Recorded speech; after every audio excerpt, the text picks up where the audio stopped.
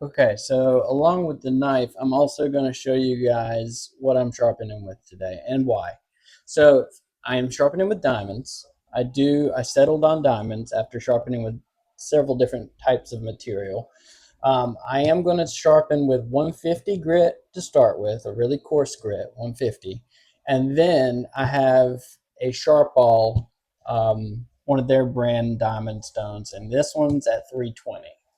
I know you guys are probably going to rip me for this, but I really want to see what happens if I can go ahead and get it coarse, get that, go ahead and get that burr, and then try to caress it on this more 325, because that 325, yes, it's coarse, but it's not nearly as coarse. In fact, it's much finer than that 150, and you guys will see that here in a bit whenever I start scraping that knife edge across the surface of this 150 here. So I'm going to measure everything out today. I do have an angle. I'm not going to do a lesson on the angles or anything today, but I do have an angle finder as well.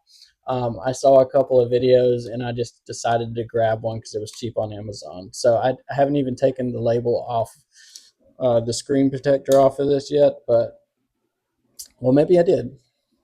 Okay.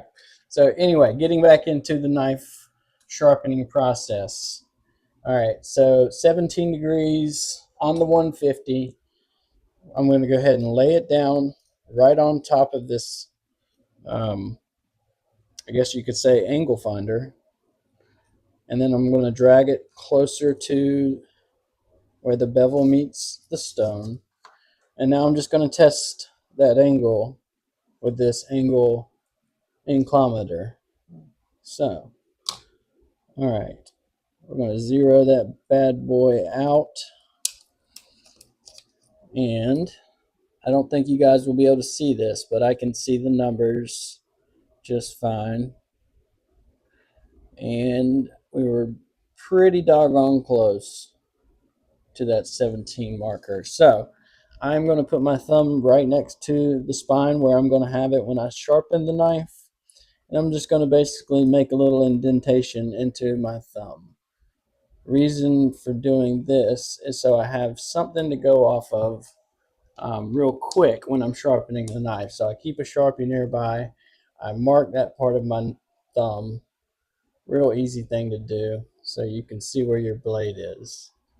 So I do that for that thumb, but also for the take back.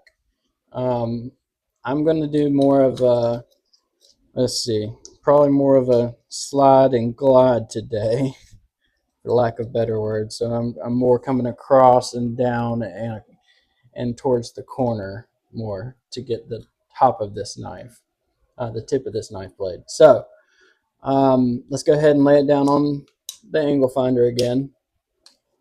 All right, so since last time we were pretty close, I'm just gonna, I know it's pretty close and I'm not even worried about the angle grinder or the angle finder right now.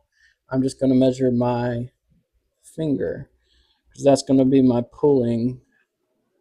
So I'm pushing, getting an indentation in my finger real quick. I'm gonna do the same thing with the Sharpie so I can see where I normally would hold that knife.